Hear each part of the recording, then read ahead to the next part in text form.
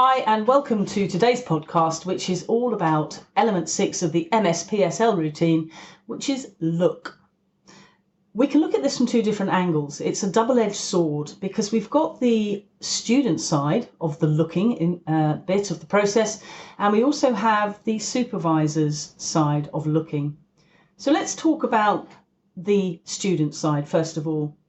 Sometimes, let's say coming up to junctions, they don't look. They just don't see the need to look. And if they do look, sometimes they don't see.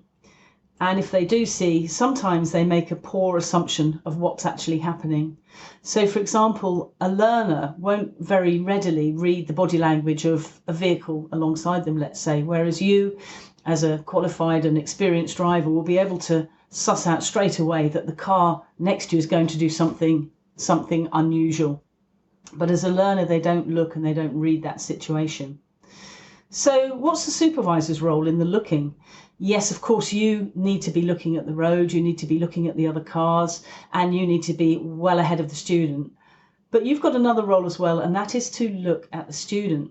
Because if you're not watching your student, how are you going to know if they've checked their mirrors before signalling?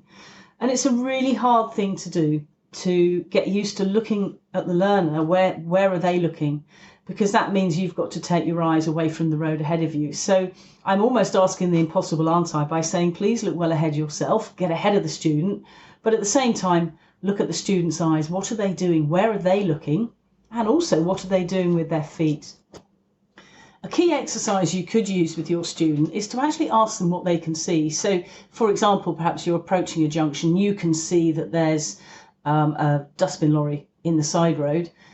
Ask them what they can see. Have they seen the lorry? What decisions are they going to have to make to deal with that lorry? So getting them to tell you what they see is a good exercise to let you understand what they're looking at as well.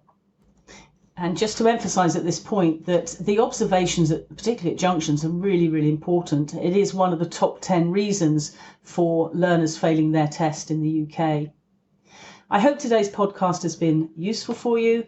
And as always, if you'd like to contact me, please feel free to do so.